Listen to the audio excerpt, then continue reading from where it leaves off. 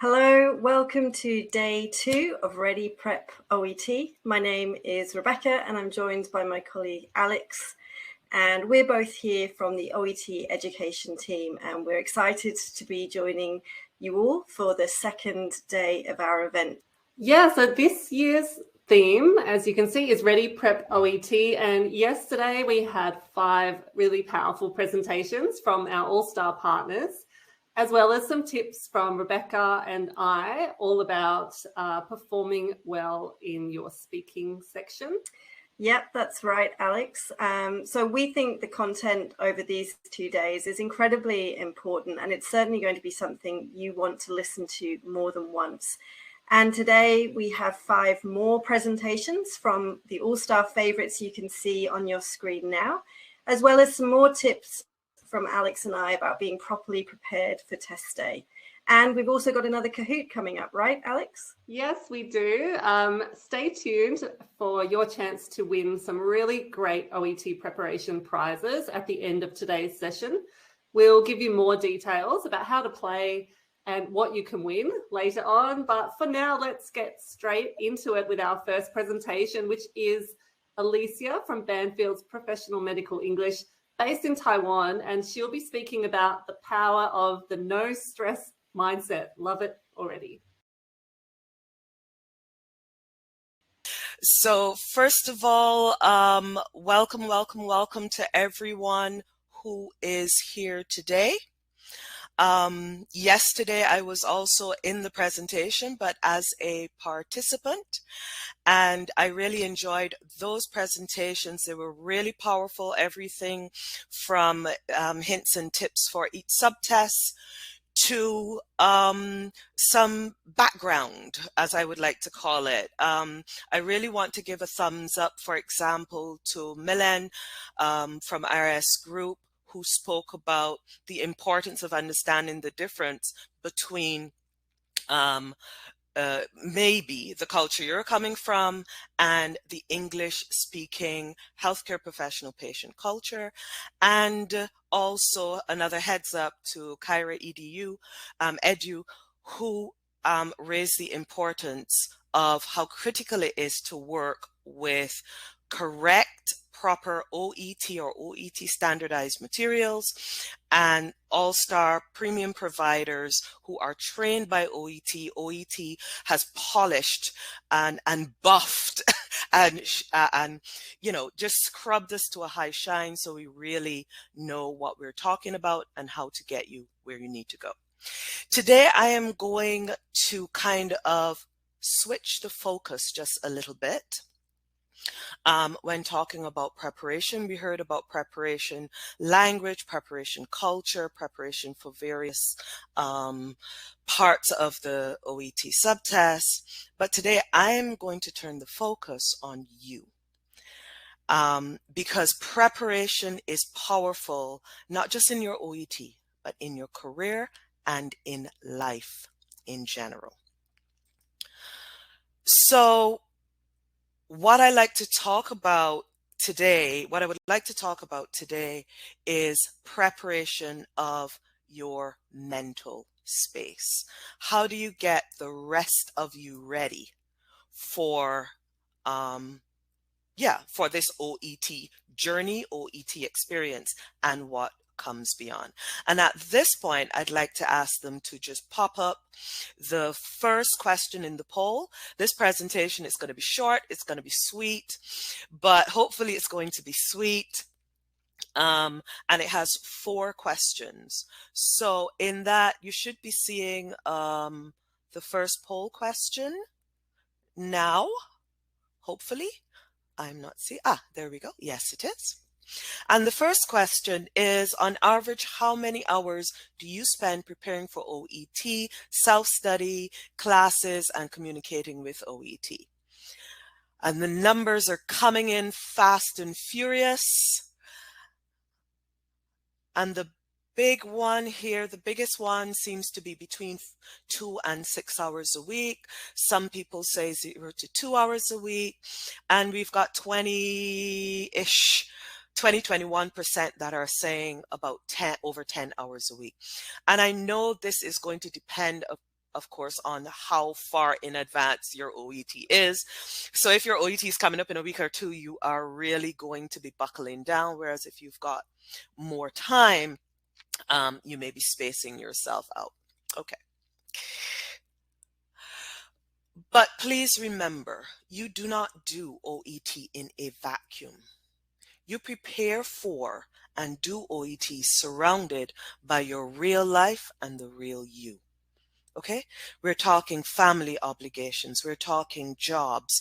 We're talking your own personality, your characteristics, and all the tons of distractions and what I like to call gremlins that occur in life as well. Sorry.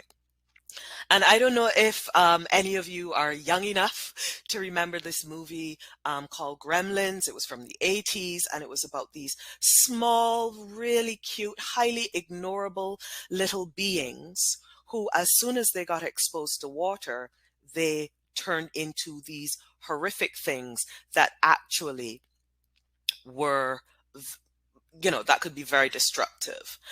And that's why I call them gremlins, because they're little things that happen, are going on around in your life, and you may not give them enough emphasis, only to realize in the end that actually that's a stumbling block.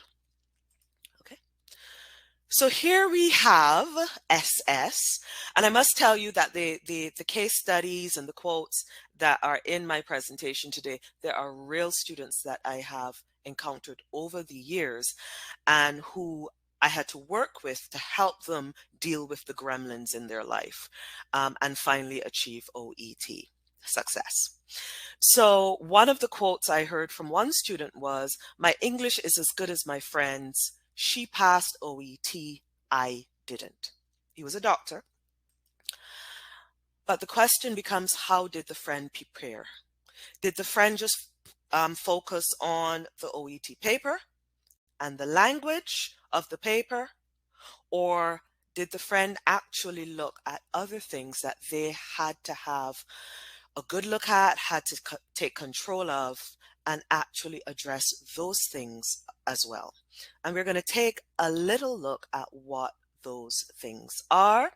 So the next poll question that's coming up, poll question number 2, is, okay, hold on. Oops, I think we've got a little challenge here with the poll. Right, one of the poll questions that we have here is, I'm seeing the polls popping all over the place. Is that me or is that somebody else? Is, in your OET preparation or in your past test attempts, what do you think is your biggest challenge? Okay, there it is. So you've got A, just your basic language needs improving. B, time, I understand the paper, but often don't finish in time. C, focus, I can't focus for long periods, or panic and lose focus. And D, some other physical challenge. It might be speaking or writing or typing or hearing issues. Okay. And I am seeing the numbers are kind of juggling up and down, but we've got just under 50% talking about focus, that they can't focus for long periods or they lose focus after a while. Then the next one is time. They understand the paper but don't finish in time. Language, we've got 17% admitting that language is a bit of an issue for them. They need to work on the basics. And then we've got just 6% saying they've got other issues to deal with. And oddly enough, today's presentation may actually address those who have picked A and especially C, I'm sorry, and especially those who have picked D. Okay. So this screen here kinds of demonstrates the gremlins that I am talking about. And you will see that these gremlins, a lot of the time most of them have nothing to do with the OET, and they have everything to do with you and how your mind functions. And in the background there, you see this wall, and I put that wall in because often you keep hitting this wall. You keep hitting this wall all the time, and you don't know why. Or you know what the wall is, but you just don't know how to get over it. You are so afraid of stepping back from the OET paper and taking a look at these gremlins and taking care of them that you, you're basically sabotaging yourself just a little bit. Just because it's a small portion of the big OET experience doesn't mean it's not important. It doesn't mean that you shouldn't spend a little time acknowledging it, identifying it, and dealing with it, because it's such a shame when something that's this part of the whole OET experience is stopping you from succeeding. Things like overall exam panic. It's a very real issue with some people. A general anxiety disorder that's not just exams, but all kinds of high stress situations. You sit there and you worry, what if, suppose my pen stops working. And sometimes it's the smallest things. Worry about repeat failure. This I come across often in people who've done OET 5-6 times. That burden of not having succeeded before, they carry that into exam, and it almost defines this present experience. So you need to learn how to go, that was yesterday, this is today. This is a new chance to do it and do it right. Exhaustion.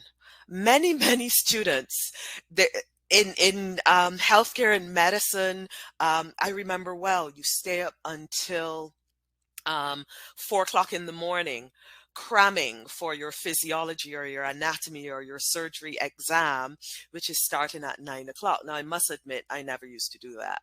My brain just got tired 24 hours before the exam, and I would take off and really go shopping or read a novel. But exhaustion is your enemy because you can't focus, and because your brain needs that 8 hours of sleep to cleanse itself, release the toxins, to firm up those nerve endings of learning so you go in fresh and ready. I've also had students who had speech impediments. They stuttered, and we're going to look at one of those. Then, unfortunately, is this thing like family pressure. And it's not just, oh, you didn't pass your exam, how could you? But your whole family, the future of your whole family is depending on this as well. Attention disorder, yes. I have had students who have had ADHD, just like a member of the general public. Just because you're in healthcare, just because you are the professional, it doesn't mean that you do not have the same issues the general public has. So take time and take care of yourself. And then I've had a student who I'm still working with now, actually, for whom the test format itself, if it's a digital format, they're not accustomed to that format for whatever reason, and it's just, they just can't connect with the physical format. So at this point, we're going to put up poll question number 3. And this poll question, so beside the challenges we had before, what other challenges do you have? Time, family demands, and job demands are just a lot. Mental stress, you panic just before the exam. Financial, the money investment is really stressful for you. Or venue taking, just the practicalities of getting to that venue or setting up a computer test is just a huge effort. And oddly enough, we've got neck and neck here. We've got time and mental stress, panicking. So demands on your time and mental stress are the gremlins of the greater majority of you here. So this means that you've got to sit down and look at your time. And I'm going to talk about list a little bit later. If anyone from my family were here, they'll just roll their eyes and go, oh, Alecia and her list. The mental stress, panicking, and accepting that you panic is the first step to getting over it. Financial stress, and yesterday we heard about how important it is to work with the right materials and work with the right teachers, because short term it may look, oh, this is a cheap way to go, but long term, not only does it take you longer time wise, but it costs more money. Start right, study right, focus right, and get to the end point. It may look like it's taking you longer, but sometimes if you go slower, you do it better. Okay. Yeah. So, okay. So financial investment is about 22. Yes, this process can be costly. So plan your money and plan your time and the venue as well. So now I'm going to round up by looking very quickly at 3 case studies. Now, these slides are a little busy, but don't worry. We'll go through them quite quickly. And we're going to first look at candidate 1AK, who had, and for each one, we're going to look at their previous OET experience, their study course, the issues they had, and what actually was their gremlin, the deeper issue. The solutions that we came up with together, because it was a team effort, and how it turned out in the end. So candidate A had very good scores in listening, speaking, and writing, but a poor performance in reading. So one of the things we do is look at, why do we have this combination? What is the real reason we've got this combination of doing well versus being challenged in another subtest? And what they were having was problems understanding the language of reading and completing in time. They were getting high levels of frustration. They actually wanted this candidate to quit and wait a whole other year. When we dug deeper, we found out that it was just the format. All of their school life, they had studied in a paper-based format with the teacher doing very didactic delivery, and they couldn't engage with the computer presentation of even practice papers. And especially for the reading part, see where it's these long homogeneous papers, okay, without any text. So in study, we converted to the paper version, and we came up with some techniques to help them overcome this overwhelming look of the reading part C, so they only engage with one section at a time, and they were more comfortable, and their scores in practice started to reflect it. We had another student who was a nurse, and they'd done the OET many times, over 5 times, and sometimes their anxiety was so high they couldn't complete the test on test day. Okay, so they had a fair performance in all the subtests during self-study and home study, but even when we did mock tests together, there was just that panic. And the problem was their gremlins were pass failure. There's so much writing on this, I failed before. Last time, and plus a general anxiety disorder in high stress situations that went beyond my ability to help in the classroom. They actually developed a physical panic response to OET test day, and this was not something that focusing on the test could deal with. This person needed a psychologist and is now working with a psychologist to develop the mental and behavioral tools. And then the last one, which is I must say, one of my favorite journey stories. They took the OET twice, good in everything, but kept underperforming in the speaking. In the role plays, they actually did well, and even in the mock, but often in the mock and in their exams, their word rhythm just went erratic. There were these weird pauses, clustering, and it turns out that they had a speech impediment from childhood. They overcame a stutter, but however, under the stress of the OET exam, especially with speaking being the last test, their brain was tired, they became anxious, and it just worsened their performance overall. So we actually had to step away from the OET and address the issue of the stutter and how to even out the rhythm of their stutter and calm their mind. Visualization activities so that in the exam, they can go pull up that image, slow their speaking down, and they actually pass speaking with a 370. Okay, so that now is our last poll question. If we can just pull it up, because I'm wrapping up already. Yes, I am. And your poll question is, how much attention now do you actually give to solving those other challenges? Do you actually give them any attention at all? And we're saying a fair amount. Everyone says a fair amount, because I know the issue can block your success, but now it's changing. Most people are saying doing as many practice tests as possible is important. Yes, it actually is. But that is part of the psychological preparation. You're familiar with the format. So when you sit down and you look at it, you don't have that stress. There are a few that go, there's nothing they can do about their issue. Sometimes working with your tutor or other people can help you actually solve those problems. And we have a small number, 9-10%, saying a lot of time, the OET subtest is not the problem. The other issue is getting in my way and I have to deal with it. Okay, so it's like split 40-40-ish, some and a fair amount, and then under 10% saying none to very little or a lot of time. So it's kind of like that normal curve. But sometimes being prepared needs that one more step. It needs more than just the paper preparation and practice test. It needs more than just booking the OET venue. Sometimes you've got to flip that script and look at yourself and go, how can I maybe get my family to understand I need to focus on this for this time? How do I need to organize my finances so I can pay for this? But because it is really expensive, I need to put my best foot forward and get this done.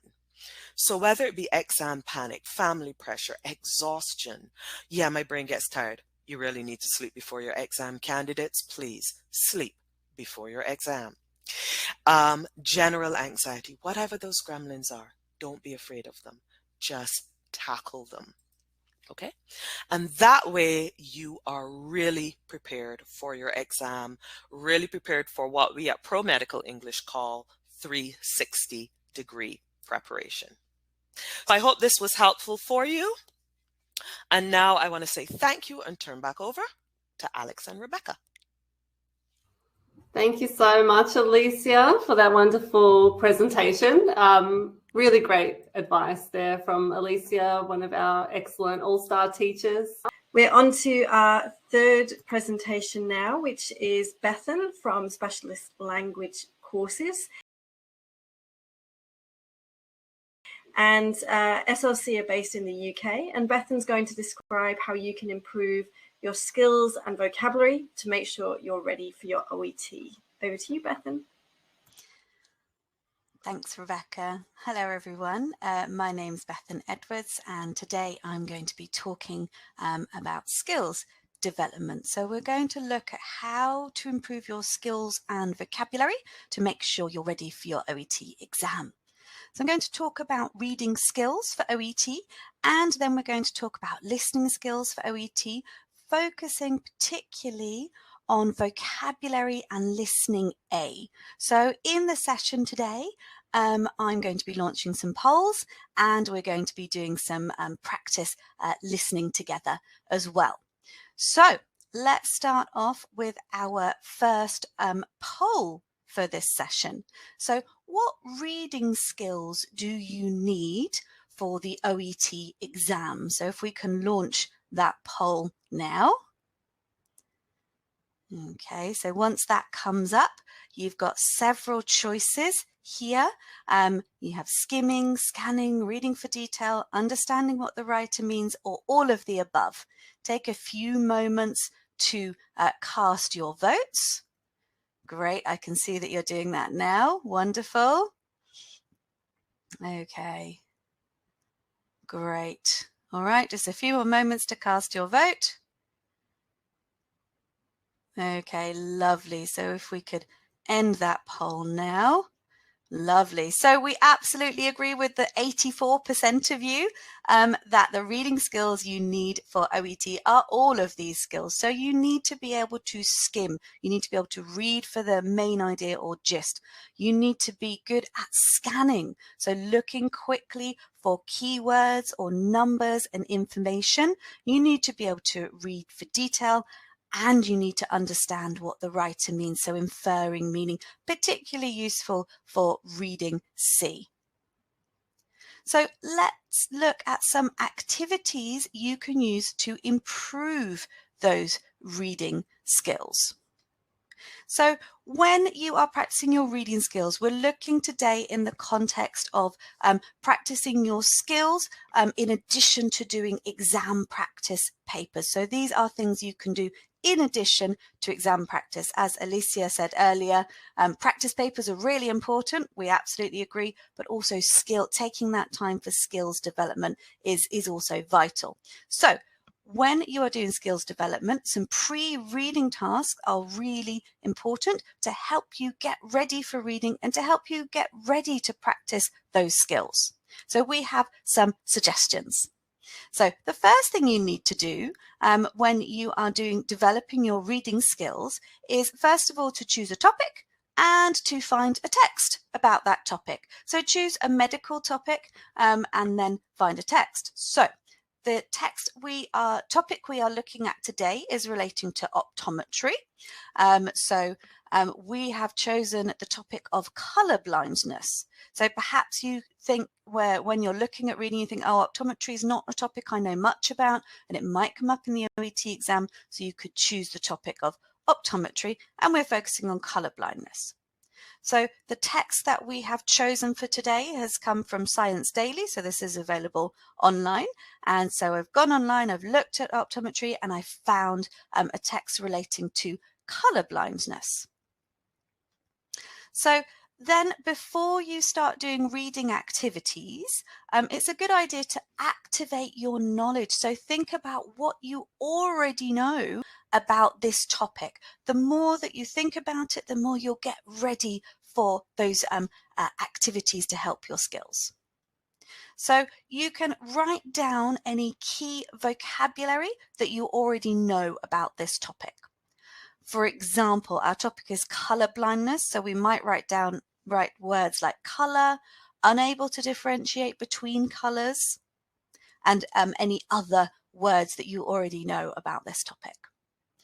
Step 3, look at the title of the reading and think about what do you know about the topic. So we've thought about the general topic, colour blindness. Now we're going to look at the title and use our predicting skills to work out what we know. So our title of the text today is Colour Blindness. Special filters in glasses can help the colourblind see colours better, study finds.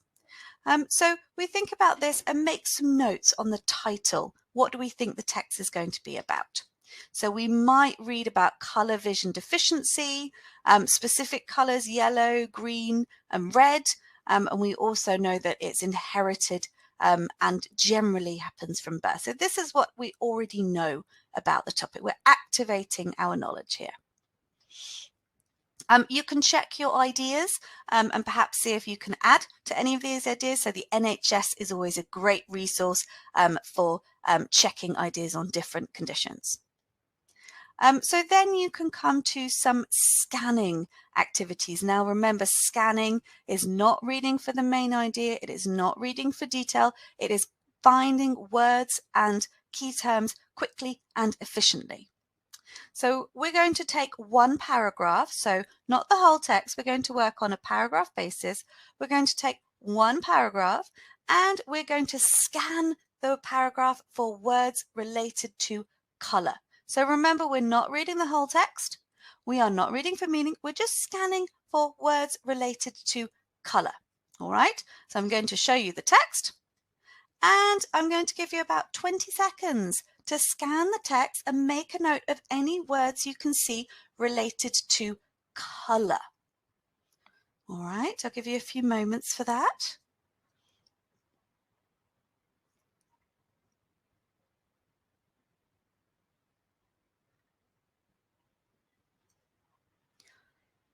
All right. So hopefully the text is you're able to see the text quite clearly on your screens. So you doing this yourself, give yourself a time limit of 20 seconds or 30 seconds and write down any words you can find relating to color. For example, we might have color vision, red, green, hues and shades, muted and washed out are all words about color, or red, green, for example. So at this stage, then make a note of any new vocabulary. So we think new vocabulary here might be words like shade, hues, muted or washed out. So these are all ways of describing degrees of color. So shade is a degree of color, the hue is the degree of lightness or darkness of a color, and muted and washed out are generally not bright colors. So spend about 20 seconds per paragraph and find all the key terms relating to color. Then do the same with another paragraph and repeat this process until you can do it more quickly. This is a great activity to do regularly to improve your scanning skills and increase your vocabulary. You can do this with any text, any topic. So perhaps if you want to look at a topic relating to a particular condition, you can find the text and then scan for all words relating to symptoms, all the words relating to treatment. So it's an activity you can repeat. So let's take a look at some skimming activities useful for all parts of your OET reading paper. So again, we're taking a paragraph approach here. So for skimming, you can read the first line of a paragraph. If you find the text very challenging, you can read the first and last line. By reading the first line, you can gain a good understanding of the paragraph. The first line is usually the topic sentence. So let's take a look at how you can do that. So on the screen, we have got a topic paragraph, the first sentence of a topic sentence, the first line in a paragraph, and you can make notes on what you think the paragraph is about. So here we have at least 8 in 100 men, 8%, and 1 in 200 women, 0.5%, suffer from red-green color vision deficiency, CVD, totaling 13 million in the US and 350 million worldwide. So I'm going to make some notes on what I think the paragraph is about. So prediction. I think that I will find more information about CVD, and I might find more information about which research they're referring to. We've got some statistics here, so it might be which research. So let's take a look. So here is our full paragraph. So I'll just give you a few moments to read through the full paragraph.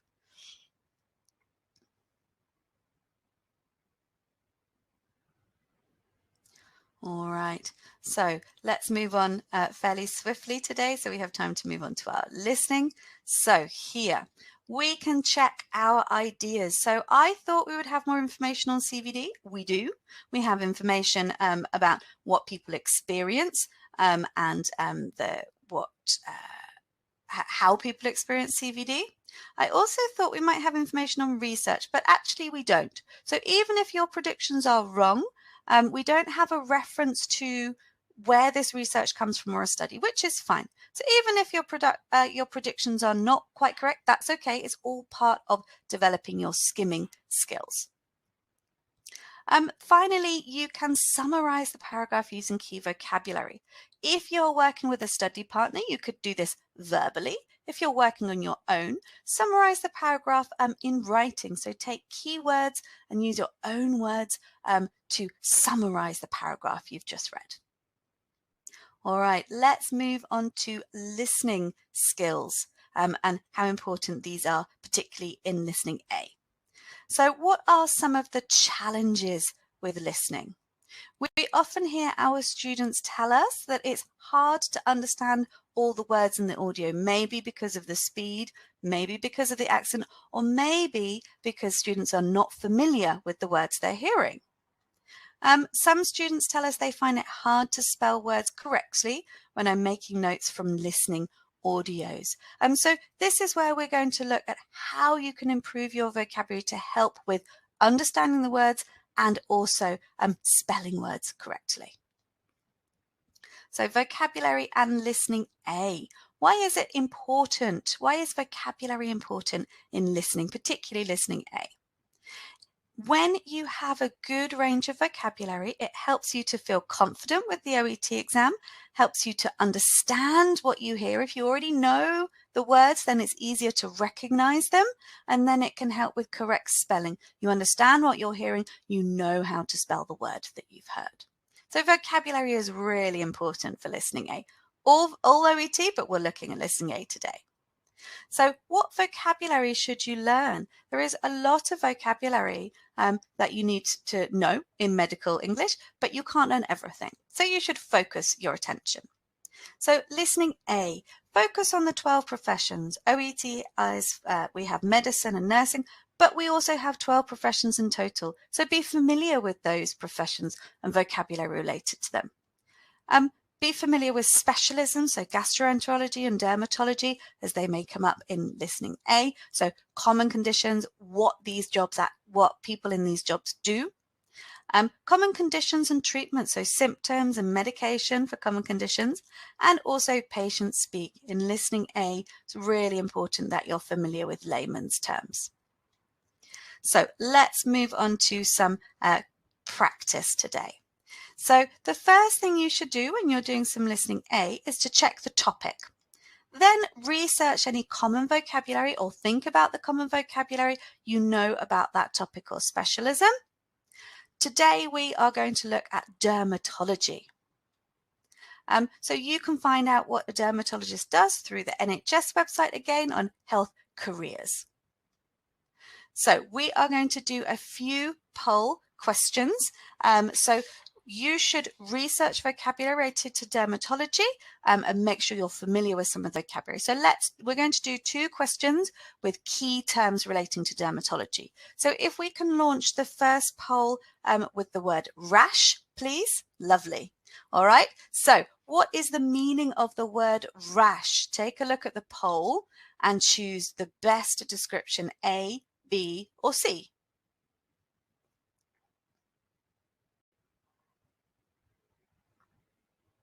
All right, great. Okay, lots of answers coming through there. All right, thank you very much. So we're going to move swiftly on to our second word here. So let's move on to our second word, which is scaly.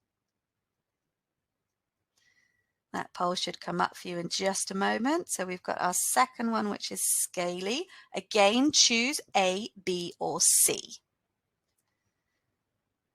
Lovely. There's the poll for you. So let's take a look. All right. So you are voting. That's wonderful. Thank you very much. So okay, great. Thank you. So lots of you voting for A and B. All right. So let's end that poll now. All right, so most of you have voted for B there. All right, so let's take a look at those answers and then we'll swiftly move on to our listening practice for today. So here we have rash. So here are some key terms here. So we have rash, small red spots on the skin, scaly, skin that has small, hard, dry areas that fall off in small pieces. So these are some key dermatology terms. When you're doing this, you can look for some more terms. So we've got some examples that we'll go through quickly on the screen. So for example, moisturize or scalp. So creams to stop your skin from becoming dry. The skin on top of a person's head. And another key term could be itchiness. Itchiness comes up quite a lot in dermatology, an uncomfortable feeling that makes you want to rub your skin with your nails. So then we come to our listening. So we're going to finish off with our listening practice today. So we are going to listen to a dermatologist talking to a patient called Stephen McDonald. Complete the notes with a short word or phrase. So here is the start of the note. Stephen McDonald is 20 years old. He has erythematous rashes of various sizes and shapes. And here are our questions. So appearance, we need to make notes on appearance, silvery in color, and we need another adjective to describe appearance here. Characteristics, described as insanely itchy, not painful, often feels a sensation. What's this adjective? So I'd like you to listen and make a note in your notebook. So if we can play audio 2 now, please. Pretty gross to look at. They're kind of different shapes and sizes, and the colour's a bit silvery and they look scaly. How they look is bad enough, isn't it? But they're also insanely itchy, and they're not exactly painful, but I often get this burning sensation, you know. All right, so we hope you heard that and managed to write down the answers. So let's check those answers. So we had scaly, one of the words we had in our poll, and we also had burning sensation here. So looking at the transcript, it's always a good idea to look at the transcript after you do listening A. We've got some words here relating to dermatology. So we've got it's pretty gross, shapes and sizes, scaly, itchy, and burning sensation. The final step is to research any vocabulary after listening. So, for example, you could use the dermatology website to find out more about the condition that you've listened to and expand your vocabulary more.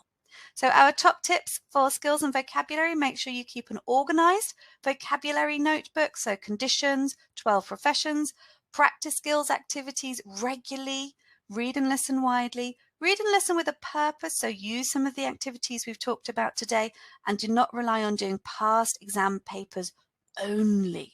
So make sure you develop a wide range of practice activities to help get you ready for your OET. All right, that is the end of my presentation. Thank you very much for listening, and we hope that it has been helpful for you today. So I'll hand back over to Alex and Rebecca. Thank you, Bethan. A wonderful, wonderful presentation, really interactive. Great to see everybody contributing there, and just great information about focusing on skills and how to develop those skills beyond using only practice tests. And thanks, Bethan, for reminding us of excellent websites like Science Daily and the NHS, which are just fantastic resources that you can use on your own, or if you're studying with a great teacher like Bethan and like our other All Stars here today. So thanks to our first 3 wonderful presenters for some excellent tips and inspiration. If you have questions for them, please use the chat. They are still online and they can respond to you. And you have about 10 minutes to get your questions to our first 3 presenters. Great, yes. And in the meantime, Alex and I are going to run through some important tips for making sure you're fully prepared about what to expect on test day. Because, of course, you don't want to put in all of this hard work on your test preparation and then reduce yourself to a nervous wreck because you've forgotten to prepare for getting to the test venue or what you need to take with you. Yeah, so this day before checklist is very simple, but it's also easy to let these little things slip your mind. So firstly, make sure you've packed your bag the night before. The first thing to go into your bag should be your ID, the same ID that you use to book your test. You will leave your bag in a cloakroom at the test venue, so it's a good idea just to put the things you need for the test and getting to and from the venue. Don't worry about packing OET books and revision notes. Leave revision behind. Start visualizing what's ahead. Second thing is make sure you know the route that you will take to the test venue and check ahead the night before and when you get up to make sure that there are no unexpected delays. Aim to arrive in good time quite early, not on the dot of when registration opens. And thirdly, get a good night's sleep. Get an early night's sleep is your friend in terms of getting ready for OET. Don't stay up late, revising or socializing. Go to bed early, read, listen to music to help you get sleepy so that you are rested and alert for test day. Mm-hmm. Absolutely. And we hear from our test venues that a lot of candidates seem unfamiliar with what happens on test day, and that this understandably raises their stress levels when something they thought they could do, they find out is not permitted. So we're going to go through some of the common things candidates seem to have missed while getting ready for the test to help you avoid this unnecessary stress. And you'll be able to let us know which ones you're familiar with by answering the questions in chat before we go through them. So here's the first question, and let us know in chat whether you think the answer to this is yes or no. So can we keep part A of the reading paper during parts B and C of reading? Do you think that's a yes or a no?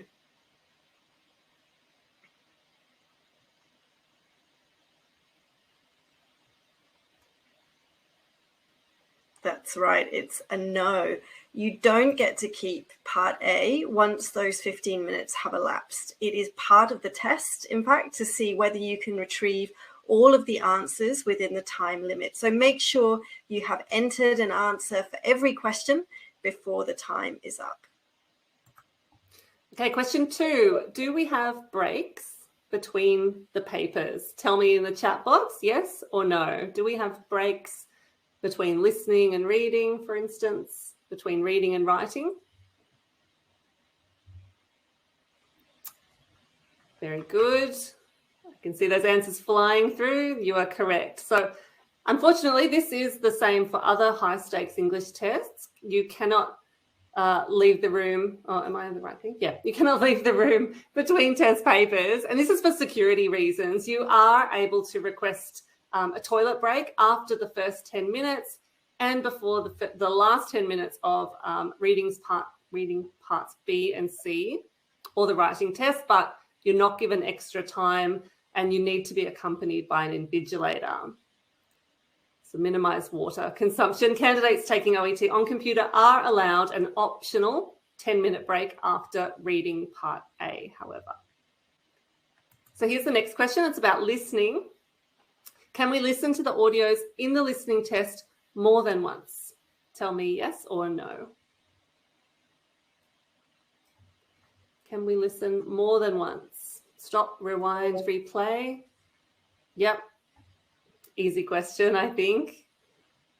The answer is no. The listening audios are played once only. Any controls that you might otherwise have if listening on a headset or computer are disabled. The test is whether you can identify information accurately from a single listen as you would in the workplace when listening to colleagues or patients or to a live presentation.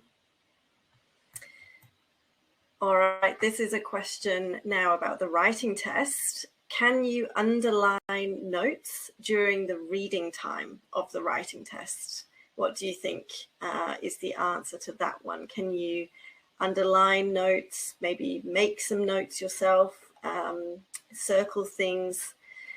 No, that's absolutely right. And the answer is really in the question itself.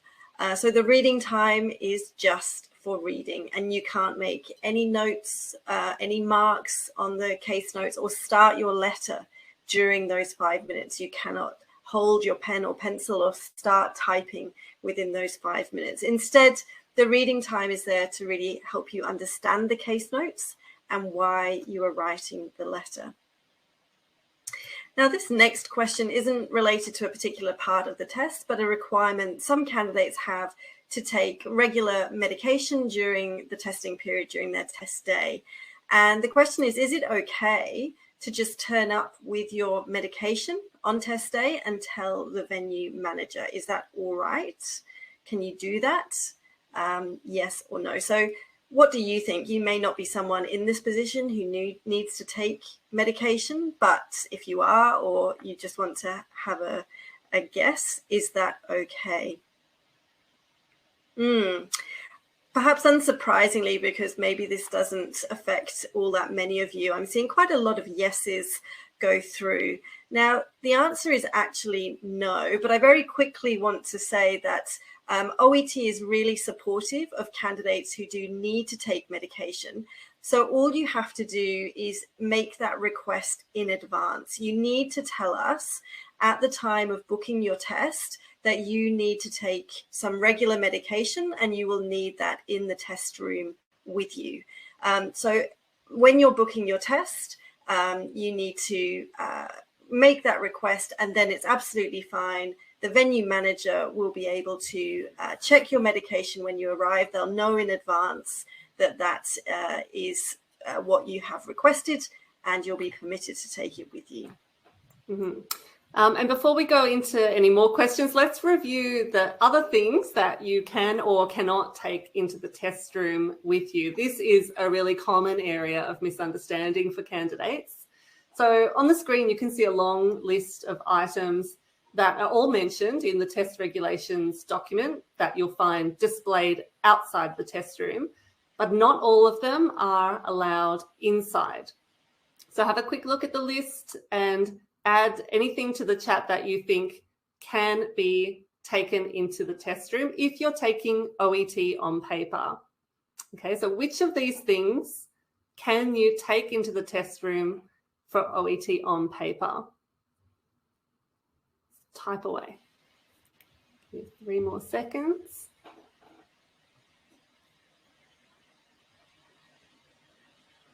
Okay. So, a few people got this. The test venue will give you a clear plastic bag for your stationery. So your pens, pencils, eraser, sharpeners, and your water bottle must be clear plastic with no writing on it. Most of the other items cannot be taken into the test room. Maybe take a screenshot of that. What about if you're taking OET on computer? Which of these items can you take into the test room? Is it the same or is it different? So this is for paper-based OET. What about computer? Same or different?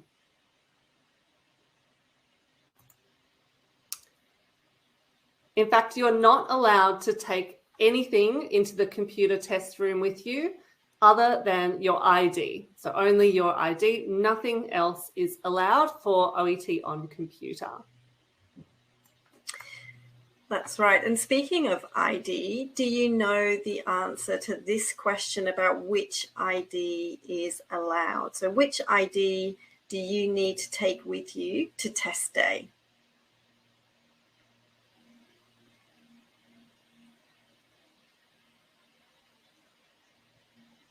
Let's have a look. What do you think? Yeah, we've got passports coming through in chat. And that's right, most candidates will take their passport as their form of ID, although some countries do have different forms of ID that are acceptable. But the most important thing to remember is that you must take the same ID that you use to book your test to the test venue. Otherwise, you won't be allowed to sit the test. If your ID is updated since you booked the test, then it's very simple to also update that in your booking profile or contact customer care who can assist you to change it so that it's correct when you come to the test, the ID on the system and that you have with you on test day is the same. All right, we've just got 3 questions left. This one is a common question from candidates who perhaps have taken other kinds of English test.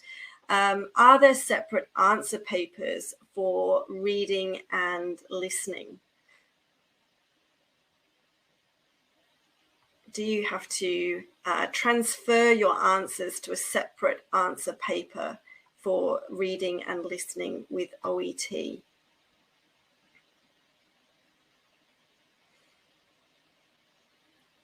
We've got lots of yeses coming through. Perhaps it's not quite clear from the question what I'm asking, because the answer is actually no. There are not separate answer pages where you transfer your answers. You answer the questions next to the question itself. So there's a line given straight after the question, or the question comes exactly after the text, and you answer there. You don't have to then transfer your answers to anywhere else. So that's one less thing to worry about. And while we're on the subject of question booklets for paper-based OET, hi Steve, can you open them before the invigilator tells you to? Can you open your question booklets before somebody tells you to in the chat box, yes or no?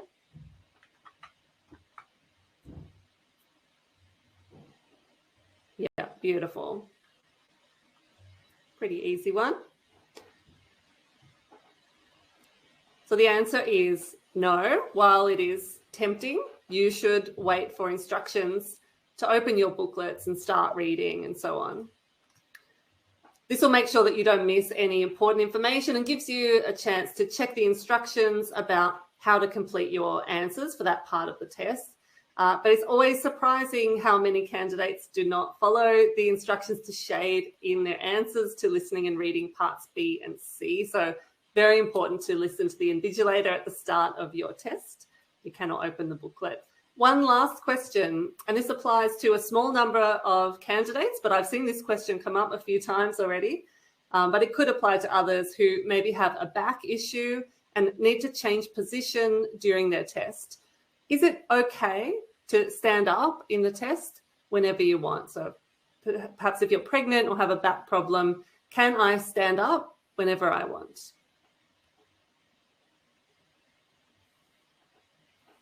A few yeses, a few nos.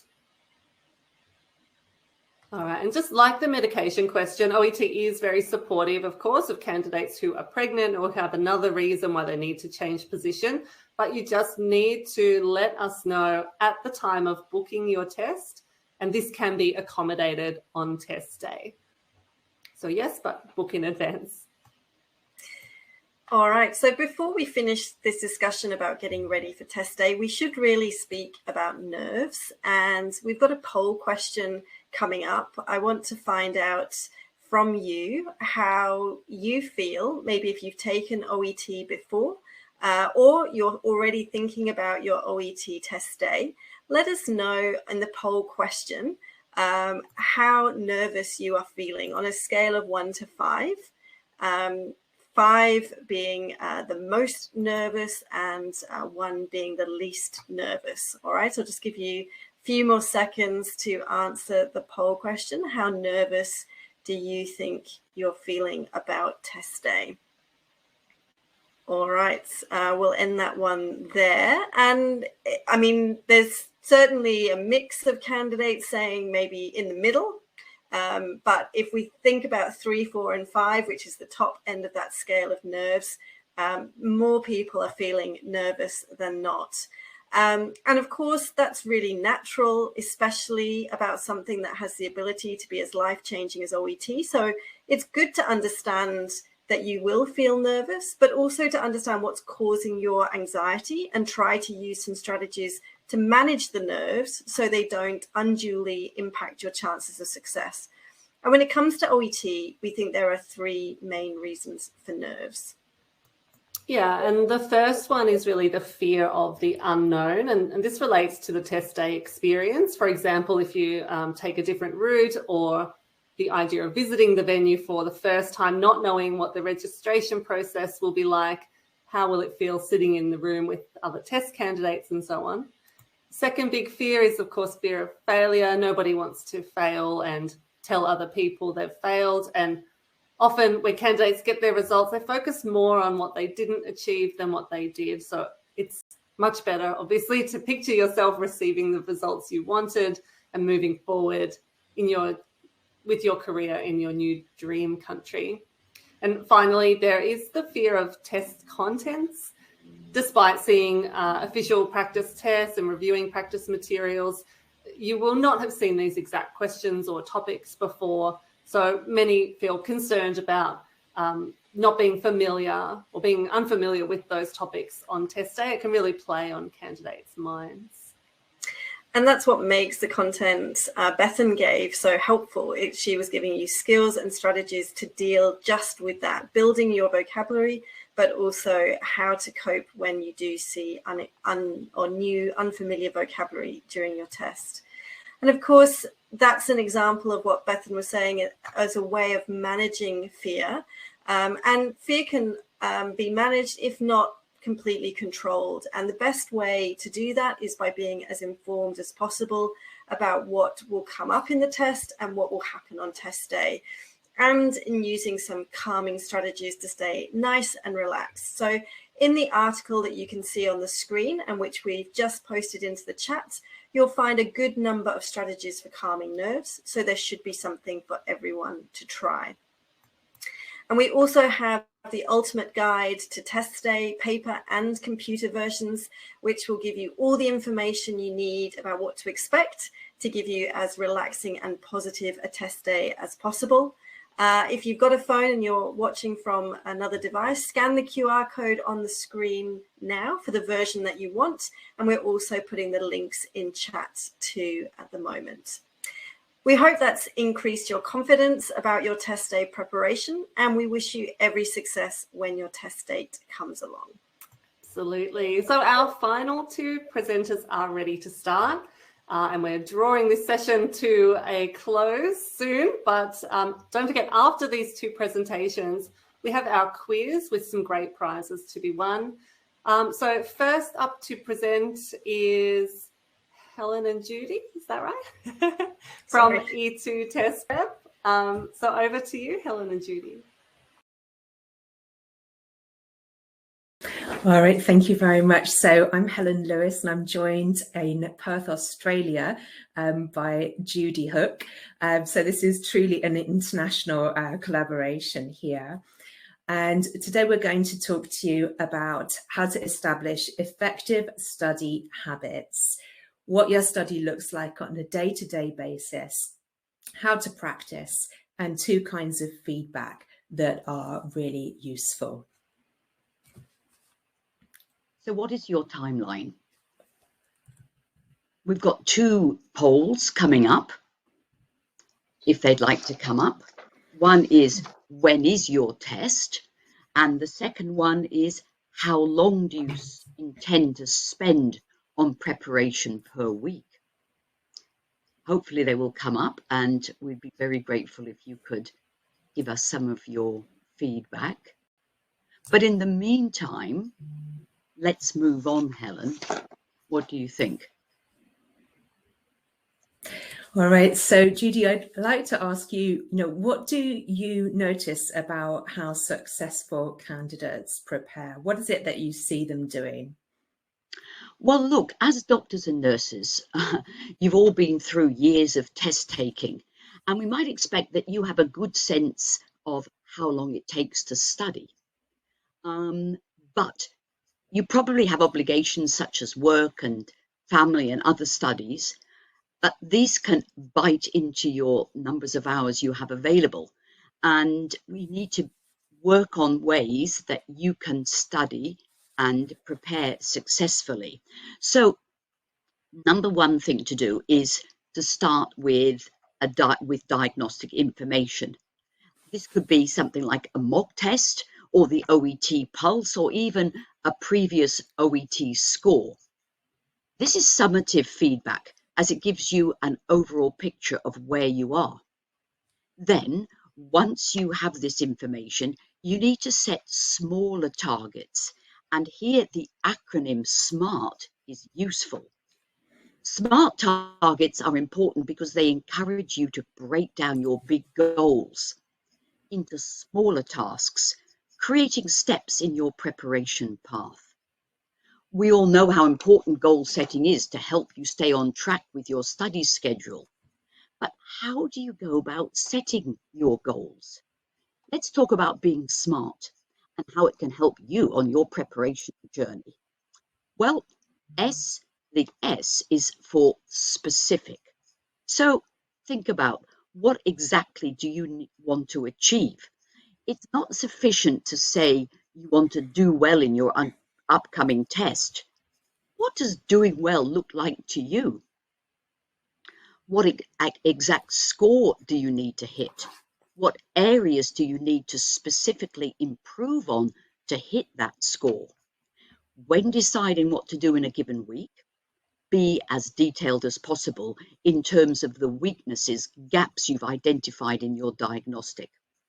While you may know your gap between target and current score in a given subtest, you need to work out which areas of vocabulary, grammar, and skills that need improvement. M is for measurable. So how do you know you're on the right track? Being able to measure your progress towards meeting your goals allows you to assess how well you're doing and whether you need to adjust your study schedule to achieve those goals. Give yourself benchmarks throughout your preparation and deadlines to help measure your success. A is for achievable. Can you reach your desired score with the time and resources you have available? Well, give yourself the tools that you'll need to attain your goals and set yourself up for success. Seek out the support you need. Remember, you're not alone. There are plenty of premium preparation providers and materials that can help you pass the OET. R is for realistic. Goal setting should motivate you to study, but if your goals are completely unrealistic, they can turn your studies into an impossible task. Setting a series of goals that are not realistic for you to meet will likely demotivate you in the long run. But remember, the small wins that come along with meeting goals will help push you towards crossing that finishing line successfully. And finally, T for time bound. So why do most people think of their careers in 3 to 5 year terms? Well, any longer and it would be easy to lose track of those goals over time. Your goals for test prep should be no different. If you don't give yourself parameters of time to study within, you'll probably find it difficult to even get started. Alternatively, if you know you have 3 months to accomplish your goal, you won't let days or weeks go by without putting in some study time. Setting a time frame for your goals, planning what you're going to do each week, and checking your progress regularly encourages you to act on them. So, thank you.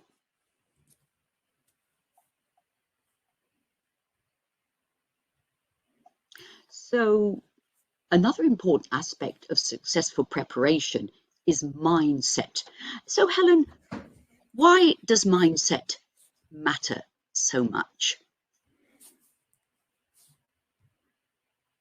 Thank you, Judy. So the mindset that you have is really important to how you approach your studies. I've often noticed that students will come along and they have one area which is weak. They just don't feel very good about it.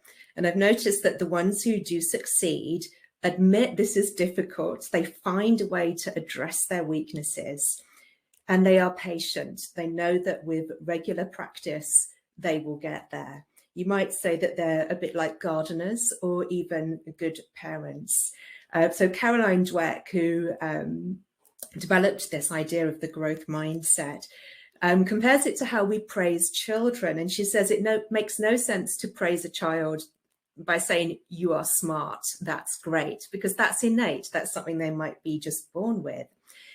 And moreover, it means that when they meet a setback, they are unable to process it. They don't have the resilience to handle mistakes. So over time, it's harder for them to learn.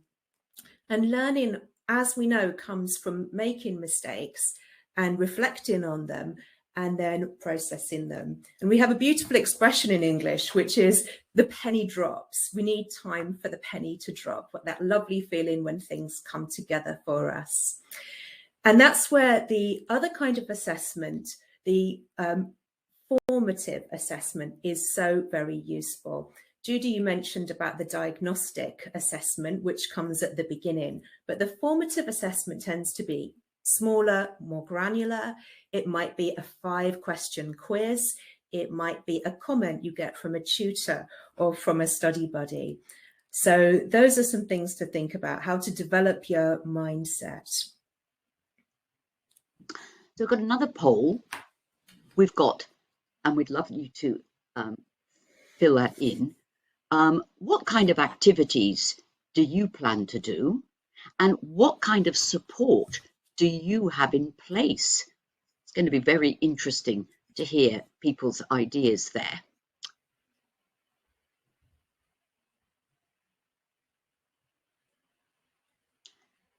So Helen, I've heard you talk about tiny habits. Yes.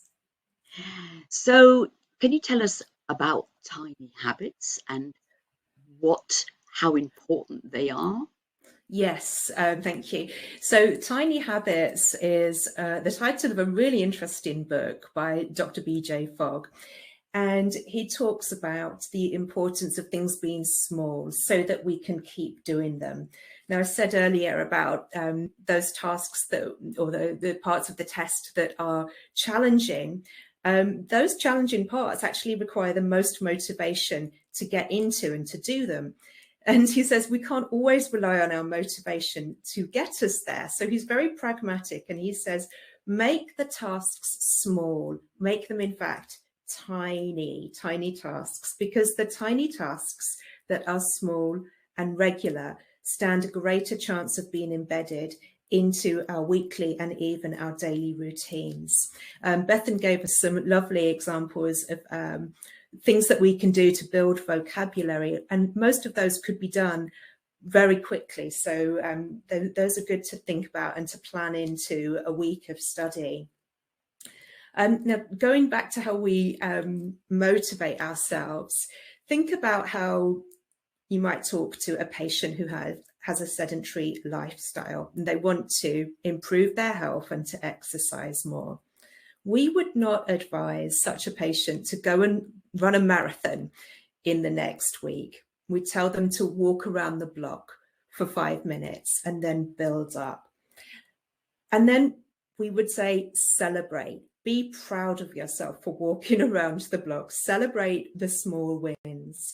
Because when you feel good about what you're doing, you're more likely to sustain it. You are more likely to carry on doing it.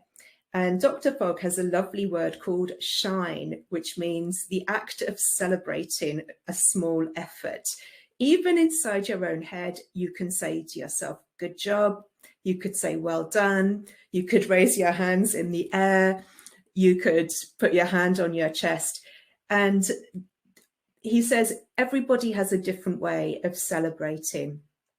And to find out how you can talk to yourself, a bit like being that good parent or even a good gardener, to give yourself positive feedback for every small effort, he says really does make a huge difference to how you sustain your study habits. He also talks about 3 aspects: person, action, and context. As we said, if the motivation's high, go for it. Try those harder tasks.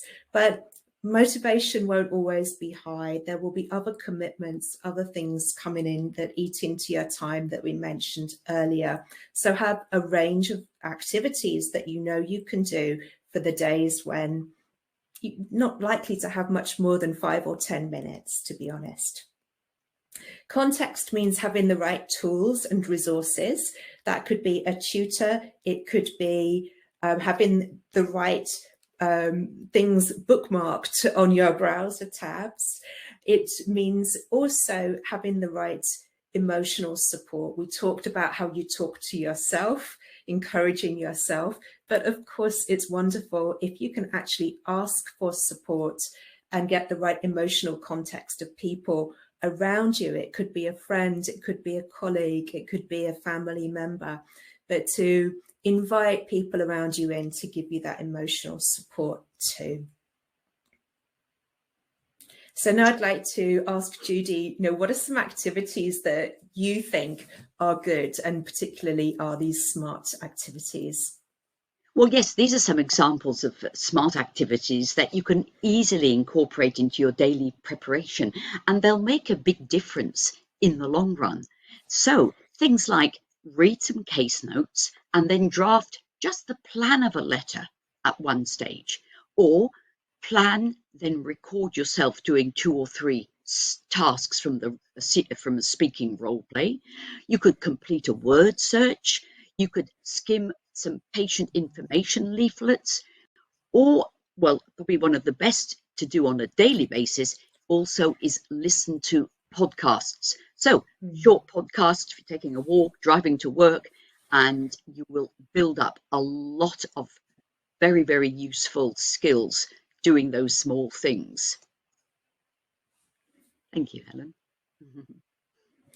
All right, so just a few points to remember in total. We could talk about 3 C's: celebrating, relish and enjoy, keep your eyes on the end goals, but also to celebrate all the efforts you make. Daily practice is really important, especially if it is tiny, gives you lots of chance for that formative feedback. And also, you can feel content that all this work you're doing is going to ultimately be serving you and your patients in your career in the future. So now I'd like to hand back to Rebecca and Alex. Thank you very much. Thank you. Thanks so much, Judy and Helen. That was a really interesting presentation, and you've had a real good mix of presentations today. I think this one and Alecia's presentation were a good complement to each other. They're getting you to think a bit more than just the preparation. They're getting you to think about, what do I bring myself? What weaknesses do I have? What else is going on around me in life? What are some of those challenges doing to how I can get ready for the test? And what I liked about Helen and Judy's presentation were those ideas of tiny habits, things that you can just do while you're waiting for the bus or while you're doing the washing up, things that we have to fit into our everyday lives. And when we're so busy, these are just little things that you can sneak in there without losing sleep because you're trying to stay up late and cram more into your day. So really great. Thanks. So I think we've got one more presentation now. This one is Steve from OET Online in Australia, and he's going to give you some great tips on improving your success rate with multiple choice questions. So over to you, Steve. Thanks, Steve. All right. Thanks, Rebecca.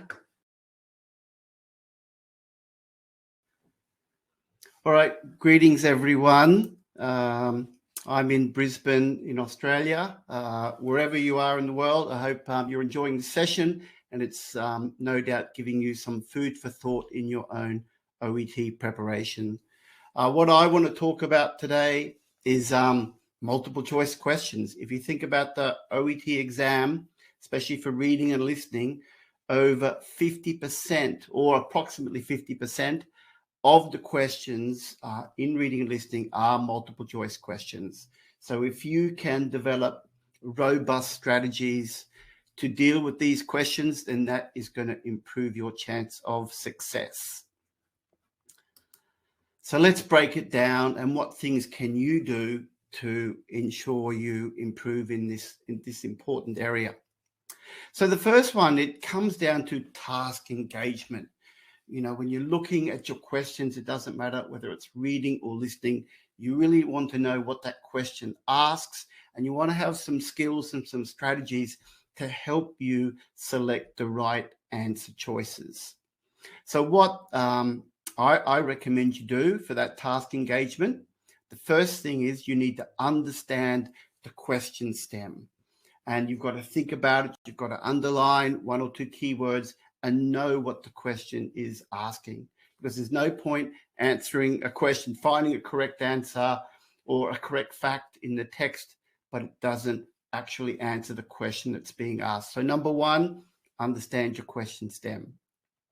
Then if you choose to read the text next or to listen to the audio and listening, you're going to need to think deeply.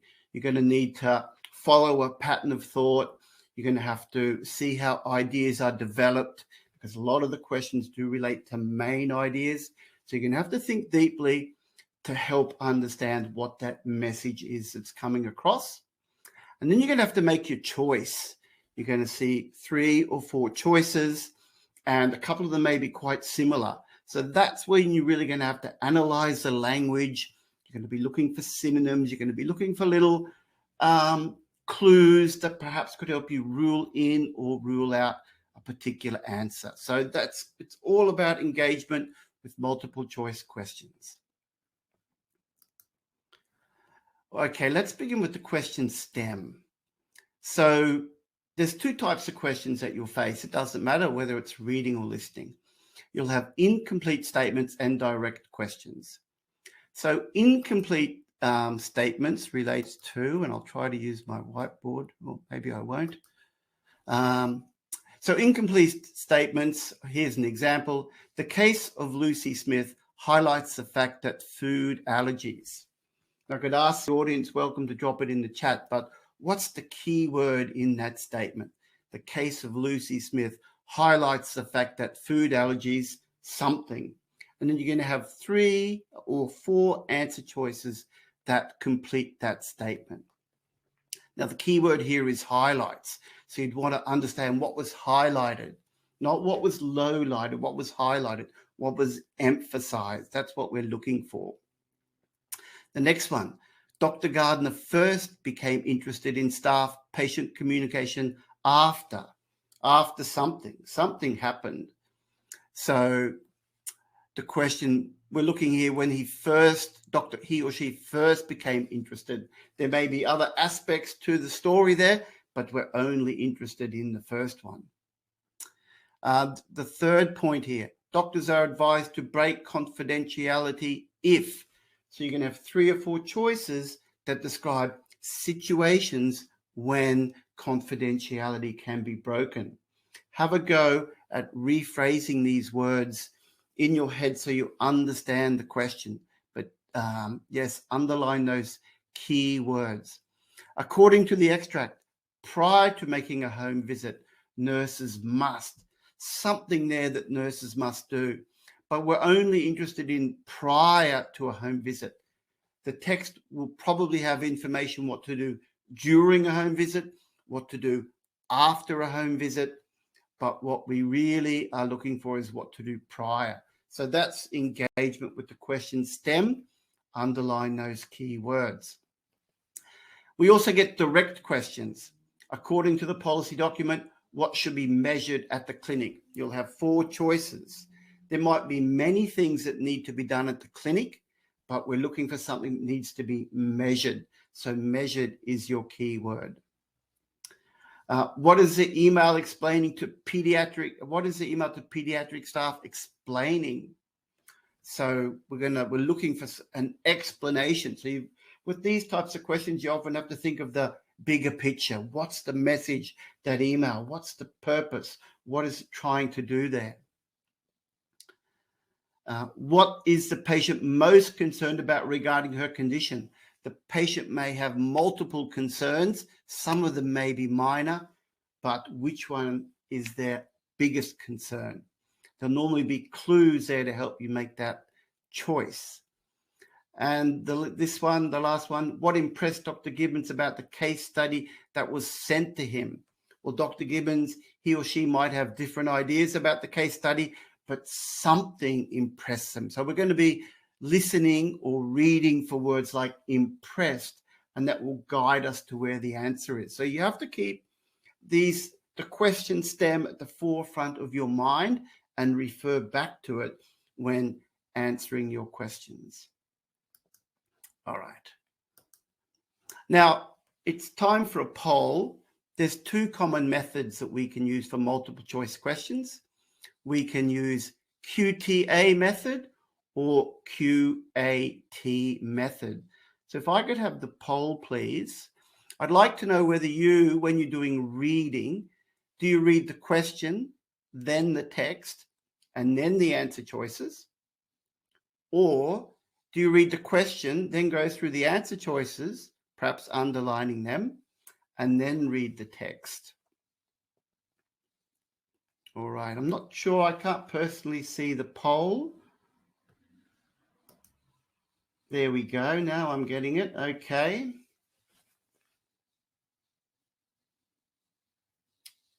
So it's coming in quite strongly. People really like to read the question, text, and answers. And look, that's 71% there. And I think that's an excellent idea because this OET is a modern test, right?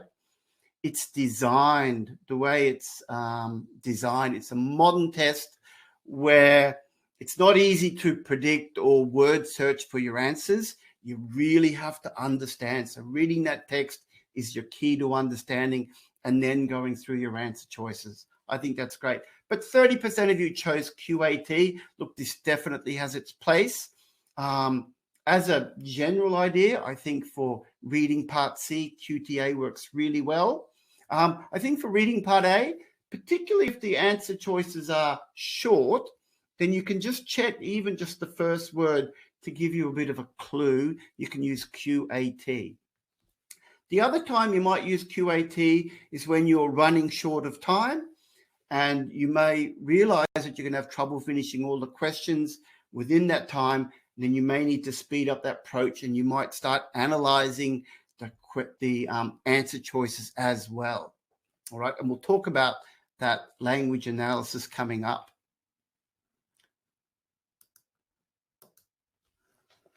All right, now I'll move on. Let's talk about pre-listing strategies. So in the listing, you're going to read the question stem carefully and underline keywords. What should you look for? Well, when you're skimming, and it's got to be fast, remember, for listing part B, you have 15 seconds before the audio starts, and for listing part C, you have 90 seconds to read 6 questions. So you're going to have to be quick to underline words to get an idea what you're listing for. So in listing, it really is question, answer, then audio. What words are you going to underline? Nouns, verbs, adjectives, and adverbs. I particularly like adjectives and adverbs because they modify nouns, and often you have to distinguish particular elements in the audio that you're listing for. So adjectives and adverbs are very important words, as are verbs. The correct answer, usually, not always, has some of the following features. It reflects the real world and appears logical. Remember, you're doing an exam for health professionals. So the answer choices, correct ones, should appear logical to your way of thinking as a health professional. Quite often the answer choices won't be just a simple black and white, concrete, cold fact. It will represent a deeper reflection of an idea. So do look for answers that appear to involve a deeper thought process. Correct answer choices often have academic and formal vocabulary.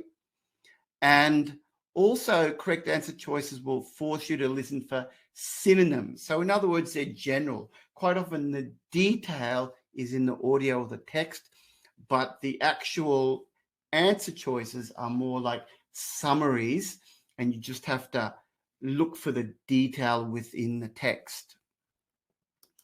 So another poll, please.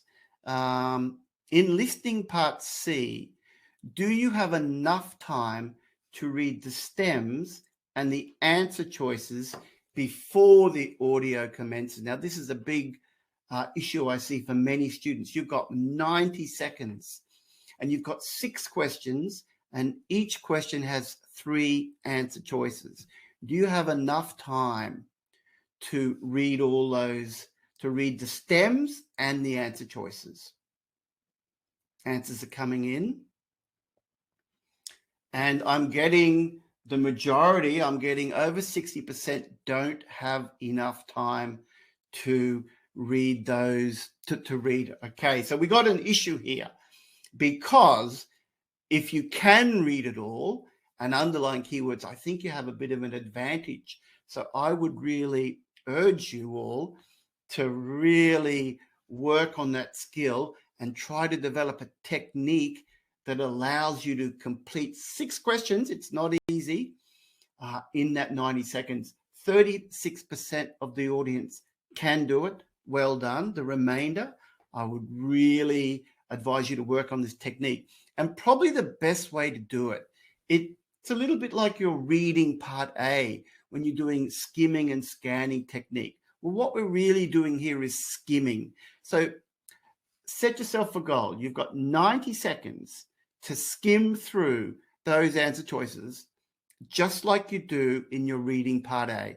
And what I would suggest is just look for your nouns or your verbs, your adjectives, and your adverbs particularly, and relevant nouns when you think they're important. At the end of the day, you've got to use some judgment to decide what you think is important. But verbs, adjectives, adverbs are really good. And just put really quick and then underline those words. For example, you might go, Dr. Madison's experienced patients who become addicted. Okay, become addicted. More likely, move hard drugs. Wide variety, backgrounds.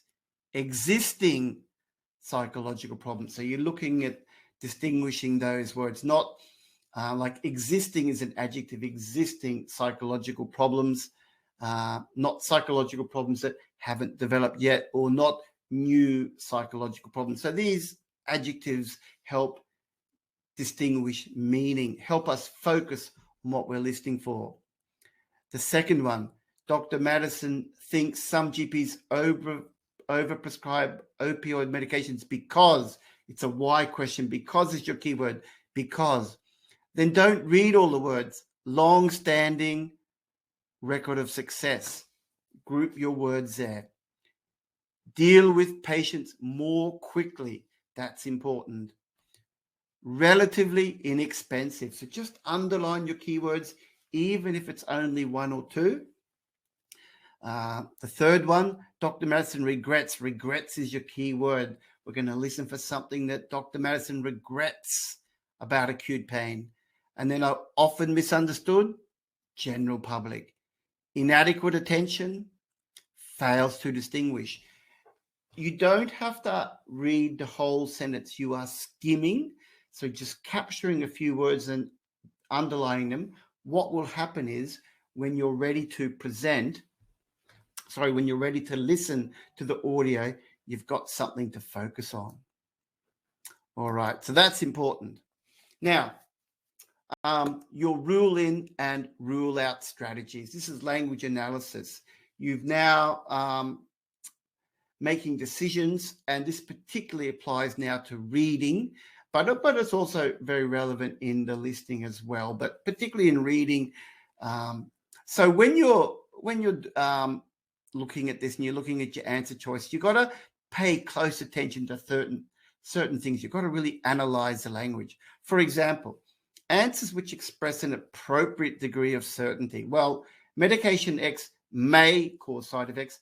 Recent studies indicate an increased likelihood of side effects. So the word may, the modal verb, that's important. It's a degree of certainty. It's not 100%, it's a possibility. Answers which provide a possibility are more likely to be correct, perhaps than 100 degrees of certainty. But remember what I'm saying here. Pay close attention to. This is the 75% rule.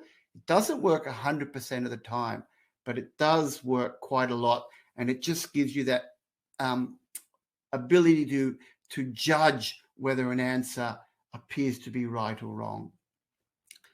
Watch out for independent clauses within complex sentences, because these often contain the main idea or the author's opinion.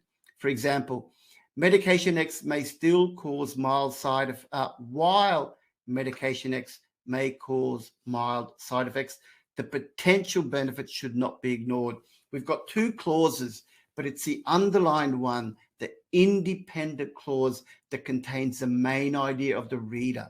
So if you're looking for main ideas, look at the independent clauses. And I really advise you to study this strategy carefully. It will really help you understand the main idea that's being presented. So the answers won't be in the dependent clause. That's of lesser importance. The answer will be in the independent clause. Signal words are really important, and a lot of answers come after signal words. Medication X may cause mild side effects. However, the potential benefits should not be ignored. Watch out for your however, your but, your yet, your therefore, your thereby. All of these signal words are really important to identify the main idea.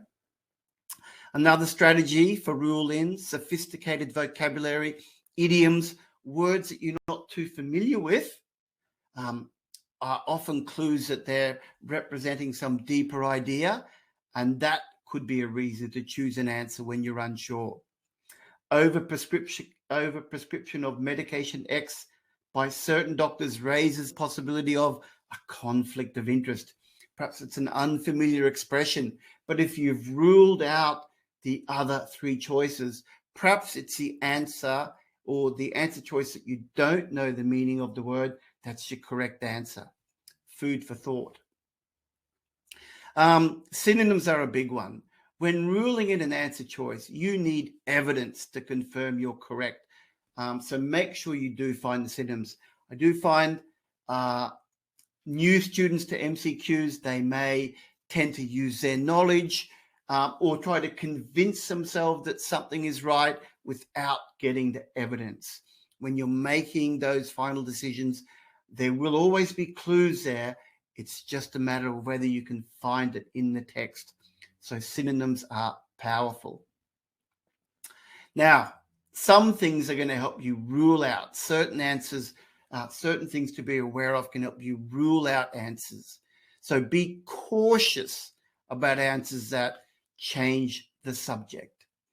Patients are concerned about side effects versus doctors are concerned about side effects. We've got two different groups here, patients and doctors. Know what the question is asking and make sure it's in alignment. And quite often you've got to refer back to the question stem to do that.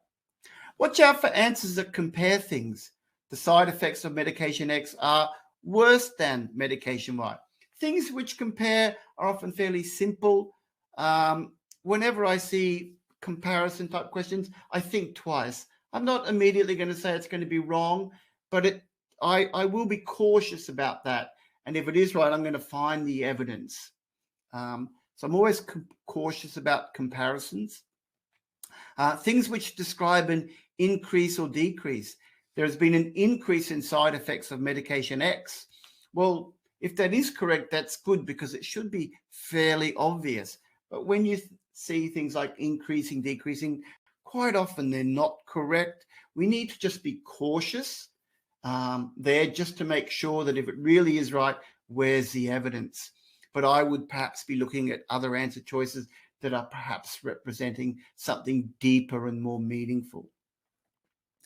Watch out for things that express a 100% certainty with words such as will, must, always, or, and so forth. Medication X always causes side effects. That's a powerful word. Does it always cause side effects or just occasionally, sometimes, often? You've got to distinguish that adverb of frequency there. Be careful about that. Watch out for answer choices which have an added detail which is not mentioned in the paragraph. Medication X is very effective at relieving lower back pain. Medication X may be very effective, but not necessarily at relieving lower back pain. And lastly, watch out for answer choices which contain informal expression. Medication X has too many side effects. The word too many should leave you with just be a little bit cautious there. Is it really the correct, or is there something that's expressed with a little bit more sophistication? So think about these when you're doing MCQs. There are a lot of strategies, everyone. There's a lot to think about. I've sent out a handout, which I think you'll all get, that summarize these in a nutshell, but really work hard on your strategies when it comes to MCQs. Embed them, consolidate them, own them, so that when you, and then practice them with all the example material that you have, and you will find that your skills and your success rate increases. And apart from that, what a lot of other people have spoken about before me tonight, just use your general study tips, read and listen widely. There are a lot of good links to great resources mentioned earlier, so utilize those. Build your vocabulary. I think you should track your progress so you can get those little wins to improve every step of the way. And that's going to help you achieve OET success soon. Thank you very much. Wonderful. Thank you, Steve, so much for that really comprehensive look at multiple choice questions, and excellent advice from Steve about really focusing on the question stems, reading quickly by grouping words together, and just taking a calm, strategic approach to this type of question. That was really excellent. So there you have it. That is 2 days of amazing presentations, 10 different presentations, all carrying the same message, really. Don't underestimate the power of preparation. The prizes that we have in our quiz coming up will certainly add power to your preparation as well. So thank you for those who have been sticking around. We are going to play a quiz to test your grammar and also to test if you were paying attention tonight. And these are the prizes. They are really fantastic. Rebecca's going to join me in a moment, and I'm going to share a link with you. Some of you have played Kahoot before. If not, I'm going to paste a link in the chat box. Follow that link. It will take you to a browser. Put your name in, and you'll be able to play along. Alternatively, you can go to kahoot.it in your browser, or on your phone is easiest if you're watching the computer. And I'll give you a pin in a moment as well. So Rebecca's going to tell you about these fantastic prizes that we're going to give away to our winner while I get the quiz ready. Thanks, Rebecca. Lovely. Thanks, Alex. So yeah, we have 3 prizes available tonight, and some of you who were with us yesterday might have just missed out on one of the prizes yesterday, so you've got another chance today. So for 2nd and 3rd place, we have a free copy of OET Pulse, which lets you know your current language level. That will be available to you, worth $30. That's a really great prize. But for the top 1st prize, you will get a physical copy of both of these books that you can see on the screen now. Very kindly, the authors of these books, Beth McNally and Anne McKenzie, have agreed to ship a copy of both of these books to the winner. And I know Beth is joining us tonight. I've seen her in chat already, so she's probably eagerly looking to see who's going to be the winner of their books. And they've sent through in advance a message to inspire those of you taking part in the quiz. So these booster books are going to help develop your English language skills. They were both designed to boost your confidence and communication skills, offering you many useful language practice examples and tasks related specifically to healthcare settings. And you'll be able to read and understand workplace health documents, including case notes, emails, instructional manuals. You'll be able to practice writing letters of transfer, discharge, and referral, and focusing on how to organize the information needed to be communicated in each letter. You'll also find plenty of role play practice, which will help you to listen carefully to patients' concerns and respond clearly with empathy. As well, there are review units in each book with answers, so you can check your understanding and progress at each point. And you can use these books to study independently or in a classroom. So if you're curious to find more examples to practice after completing the quiz and you're not the lucky winner, you can buy the booster books on Amazon.com, but the lucky winner will be receiving a copy of each book physically, thanks to Beth and Anne. Okay, thanks for that. Yeah, really, really great resources and awesome prizes for our top 3 tonight. So the link is in the chat box. Click the link, it will take you to another browser window. Pop in your name and we'll get started. I'm going to paste it one more time, but just scroll up. It's in the chat box several times. Otherwise, go to kahoot.it on the top of the screen there, and pin is 764700. Okay, I'll give you 2 more seconds and let's begin. We're going to start the quiz today with a practice question so you can figure out how it works. But a tip, if you want to win, you need to be accurate and you need to be really fast as well. So the faster you are, the more points you're going to get. All right. Almost got 150. Keep joining. You'll still be able to join when we get going. Okay, let's begin. Good luck, everyone. Now, if you are 1st, 2nd, or 3rd at the end, just take a screenshot and we'll give you instructions to get your prize. Good luck. First question, practice question, no points. Let's see how it works. What is the title of today's event? Got 3 options. Is it get ready, reach for the All Stars, or ready prep OET? What is the title of today's event? See on the left our timer, you've got 16 more seconds.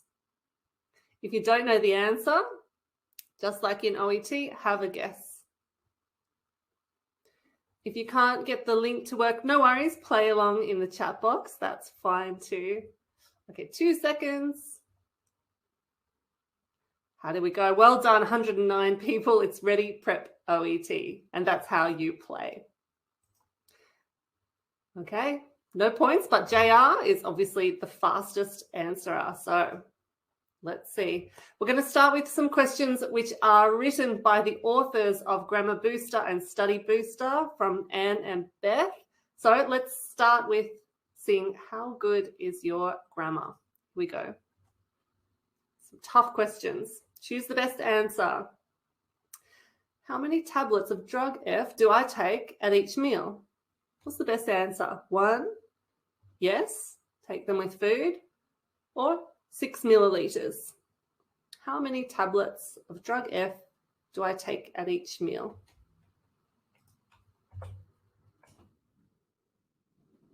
Okay, 8 more seconds. Quick, quick, quick. What's the best answer? Okay, nailed it. 92 got that one correct. The best answer would be 1. The others don't make sense grammatically. And well done in the chat box. Everybody got that right. So top of the leaderboard after one question, SM, followed by Sulzels and Nestle. What is it? Nestle Han, number 3. Okay, anything can happen. Complete the sentence. We've got missing words. Intravenous iron may be prescribed when oral iron was not tolerant, does not tolerate, is not tolerated. Okay. What are the missing words here?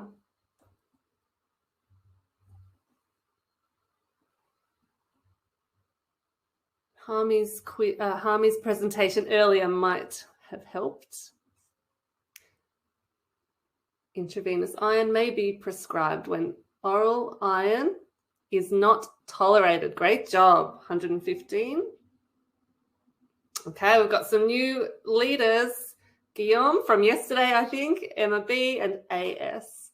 Next question. Missing word.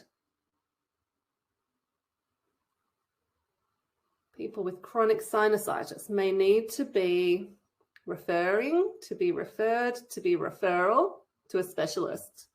What's the right word form here? 10 more seconds. Okay, nice work in the chat box. You guys have got it. Who is quickest? Let's see. May need to be referred to a specialist. Okay, well done, 137 people. Oh, look at that, no change. Our top 3 are doing so well. Can you catch them? Missing word.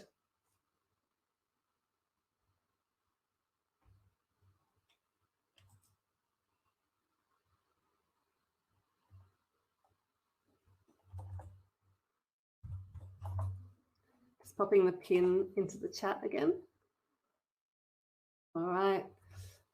Plates must be worn in strict accordance with, in strict accordance for, in strict accordance by. What's the collocation? Accordance with, accordance from, accordance by.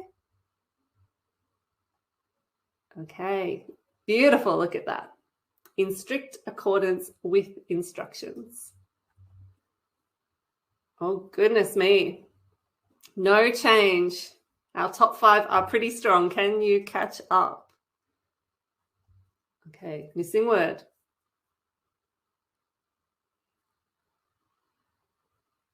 In damaged or diseased joints, cartilage can become worn off, worn down, worn in. Only 10 seconds left. This is a quick one. Can become worn off, can become worn down, can become worn in. 2 seconds.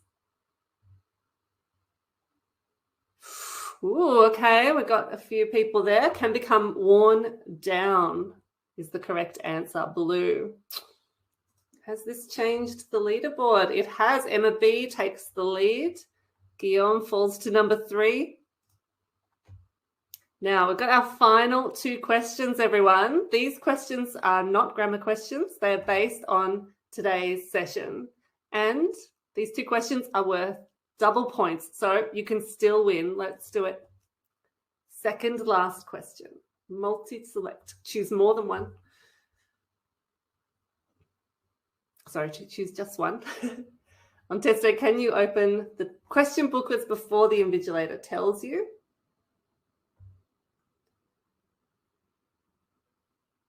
Can you open the question booklets before the invigilator tells you?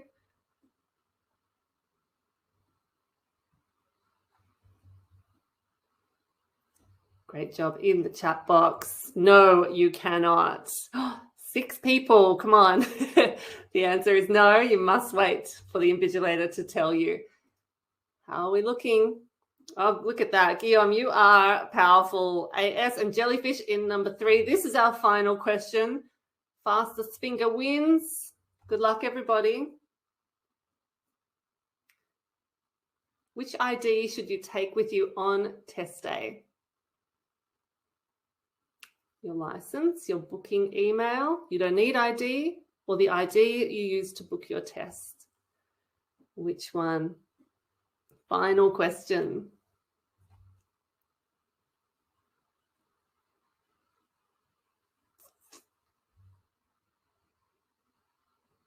Some interesting answers coming in the chat box. Which ID should you take? Okay, that's good to see. The ID that you use to book your test, it will usually be your passport. The same ID you must take on test day. Okay, so let's have a look at our final results. Now, if you are number 1, number 2, or number 3, please take a screenshot. We'll give you an email address in a moment, and you can email us. We will arrange your prize for you. Okay, here we go. Number 3, Jellyfish, congratulations, you are a winner. Number 2, AS, you are in the top 3 all the way. And number 1, Guillaume, well done to you. I saw you in the top 3 yesterday, but you didn't quite make it, so well done today. You are there. For you guys, please take a screenshot for us.